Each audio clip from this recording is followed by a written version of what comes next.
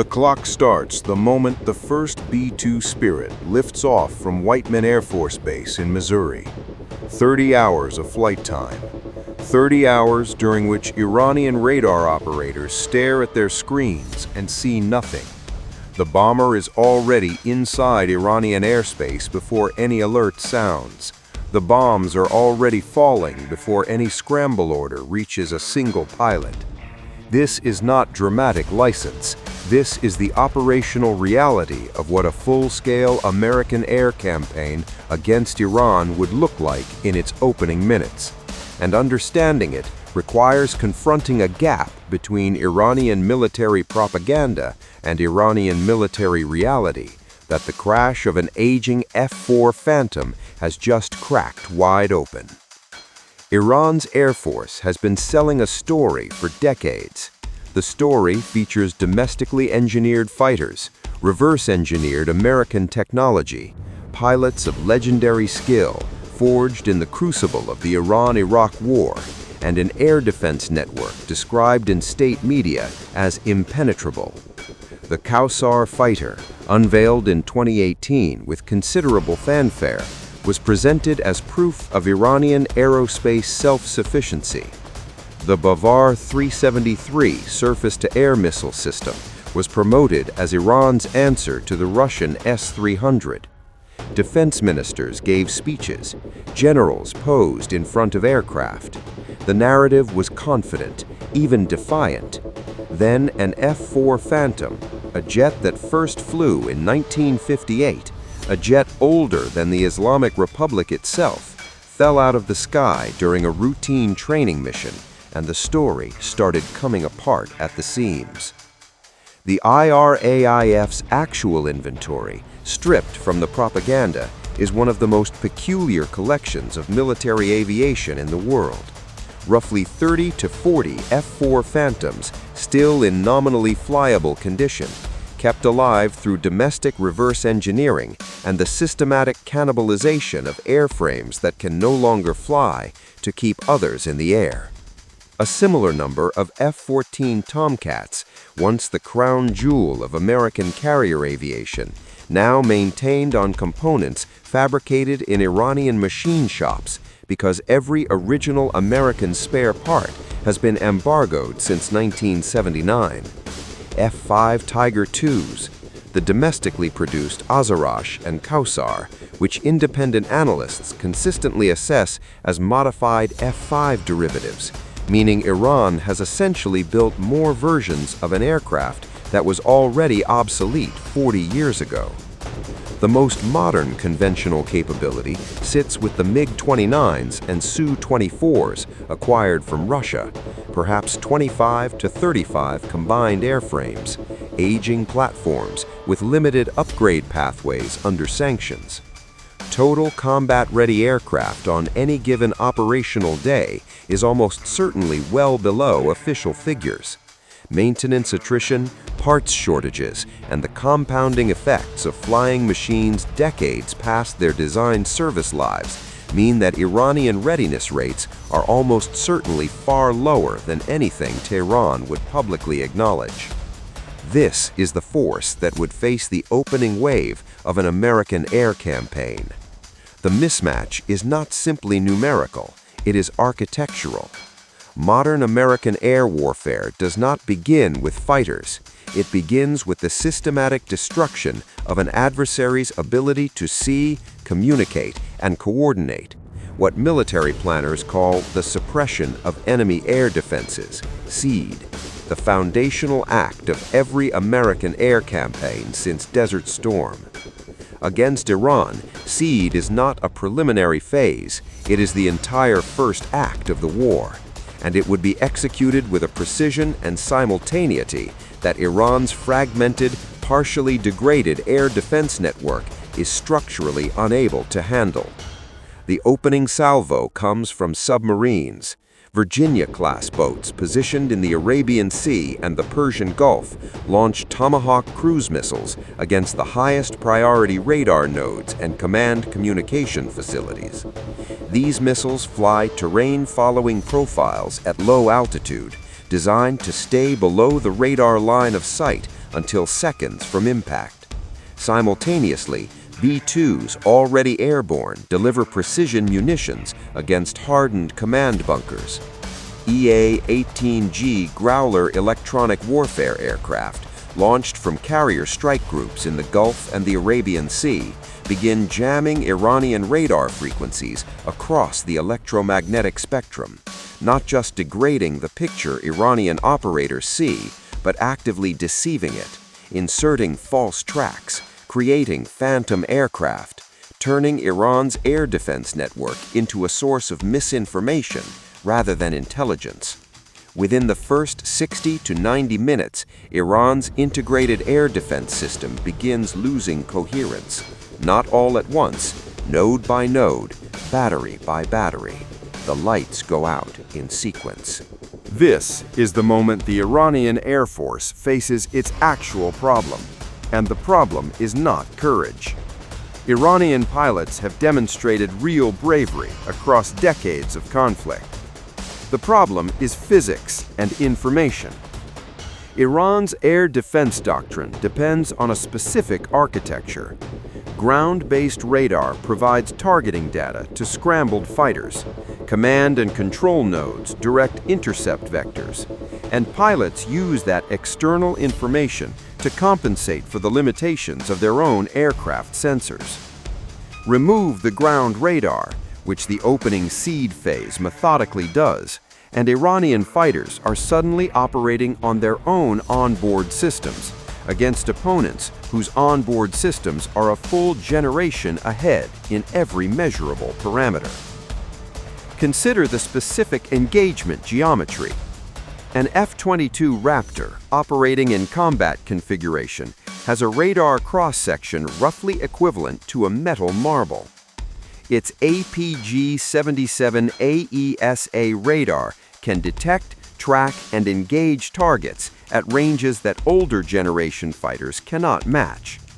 It can supercruise, sustain supersonic speed without afterburner, meaning it can reposition between engagements faster than an adversary can respond.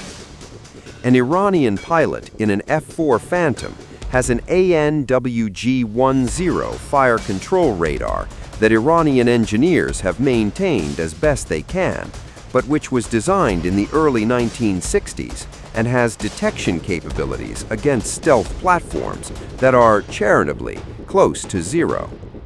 That pilot would not know an F-22 was in the engagement until the radar warning receiver lit up, indicating an active missile seeker, meaning the missile is already in terminal guidance, already committed, already seconds from impact.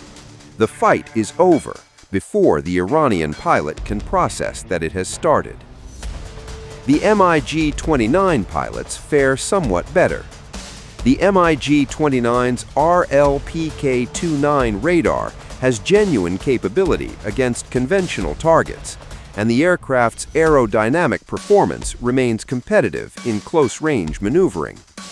But the MiG-29 was not designed to fight networked stealth warfare. Its radar warning systems, in Iranian configuration with limited post-Soviet upgrades, are not optimized to detect the specific emission signatures of F-22s operating in low probability of intercept radar modes. Iranian MiG-29s would be flying essentially without reliable threat detection against the most dangerous component of the American force package, relying on ground control intercept guidance from a ground radar network that is simultaneously being destroyed. It is like trying to fight while someone turns the lights off room by room.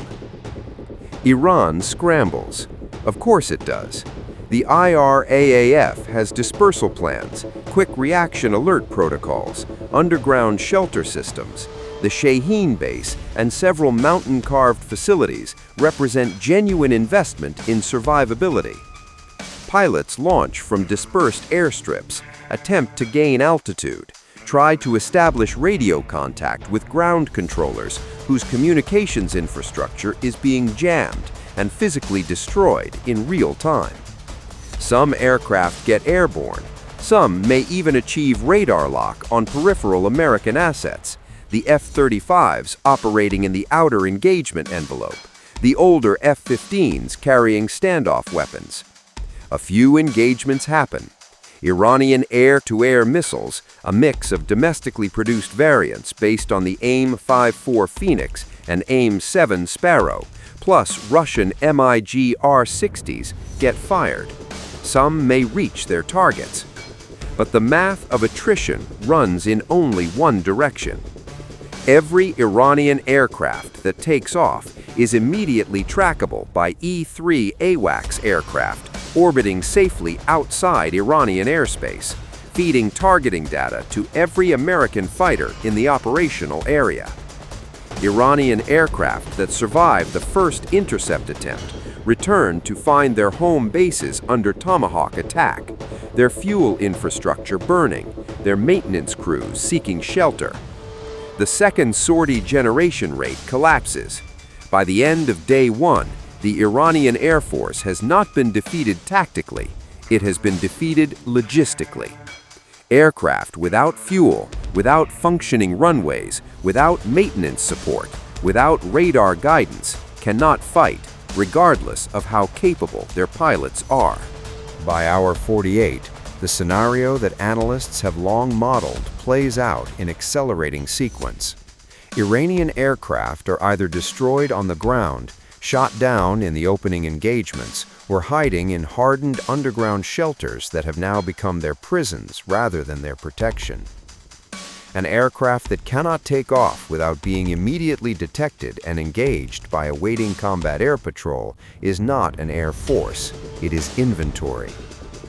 The IRIAF, for all its decades of defiant posturing and genuine engineering ingenuity in keeping ancient aircraft flying, ceases to function as a coherent defensive force in roughly the time frame it takes most people to recover from jet lag. What happens next is where the scenario becomes genuinely dangerous in ways that the simple air-to-air calculus does not capture. Iran's conventional air force was always, at some level, understood by Iranian planners themselves to be the least important part of the deterrence equation. The IRGC Aerospace Force, a separate military-industrial structure operating parallel to the conventional IRIAF, controls Iran's ballistic missile arsenal, its extensive drone inventory, and the command relationships with proxy networks across the region. These capabilities were built specifically to remain viable after the conventional Air Force was neutralized. They are dispersed across hundreds of hardened and semi-hardened sites. They do not depend on airstrips, radar networks, or the kind of fixed infrastructure that American precision munitions excel at destroying. They are designed to survive the first 72 hours and then activate. The Strait of Hormuz becomes a weapon. Iran has invested in anti-ship missiles, naval mines, and fast attack boat swarms precisely because the strait is 21 miles wide at its narrowest point, and the disruption of tanker traffic does not require defeating the U.S. Navy. It only requires making insurers and shipping companies afraid enough to reroute. Oil markets do not wait for military outcomes. Futures traders respond to perceived risk instantaneously, and even a 20% probability of Hormuz disruption sends crude prices to levels that constitute an economic emergency for energy-importing nations across Europe and Asia. China, which depends on Gulf oil for a substantial portion of its energy needs, faces a direct strategic threat to its economic security within days of the campaign's opening, creating pressure on Beijing to respond in ways that extend the conflict's consequences far beyond the immediate military theater. Hezbollah activates. The organization's missile stockpile, estimated conservatively in the tens of thousands of rockets and precision-guided munitions, represents a second front that Israel must manage simultaneously with any support role it plays in the American campaign. Gulf monarchies that quietly supported American basing arrangements suddenly face domestic political crises as populations react to images of Iranian cities under bombardment. The Abraham Accords normalization architecture, already fragile after Gaza, faces a stress it was not designed to survive. Iraqi proxy groups begin targeting American logistics infrastructure. The Yemen front, which the Houthis have already demonstrated can threaten Red Sea shipping, intensifies. The military victory in the air arrives fast. The F-4 is gone in hours. The MiG-29 is gone in days. The IRIAF as a functioning institution is neutralized within a week. And yet, the war has not ended. It has merely changed its form, dispersed into 1,000 smaller conflicts across the region, each individually manageable and collectively exhausting, a strategy Iran has spent 2 decades constructing, precisely because its planners understood that they could never win in the air, and built everything else to matter after the air was lost. The crashed F-4 is not just a symbol of Iranian military decay, it is the visible edge of a calculated trade. Tehran chose, decades ago, to stop investing in conventional air power and invest instead in the tools that survive conventional air power's destruction. The Americans can win the air war in 72 hours. What comes after 72 hours is a different question entirely, one that no amount of stealth technology, no number of Tomahawks, and no sequence of SEAD missions has yet answered.